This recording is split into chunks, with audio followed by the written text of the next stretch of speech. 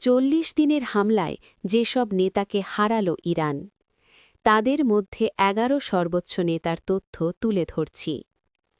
১. Ayatollah Ali Khamenei. ১৯৮৯ সাল থেকে টানা ৩৬ বছর তিনি দেশটির সর্বোচ্চ নেতা ছিলেন। ২. Ali Larijani. তিনি সুপ্রিম ন্যাশনাল কাউন্সিলের সচিব ছিলেন। ৩. Ali Shamkhani. তিনি ডিফেন্স কাউন্সিলের সচিব ছিলেন। ৪. আজিজ নাসির জাদেহ। তিনি প্রতিরক্ষা মন্ত্রী হিসেবে দায়িত্বরত ছিলেন। ৫. ইসমাইল খাতিব গোয়েন্দা বিষয়ক মন্ত্রী ছিলেন। ৬. General Mohammad Pakpour.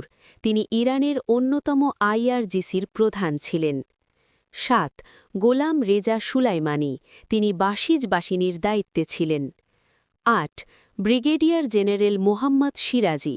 তিনি ইরানের সামরিক দপ্তরের প্রধান ছিলেন। ৯.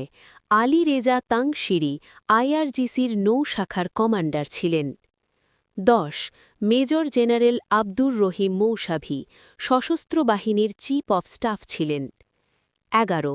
মেজর জেনারেল সৈয়দ মাজিদ খাদেমি আইআরজিসির গোয়েন্দা শাখার প্রধান ছিলেন।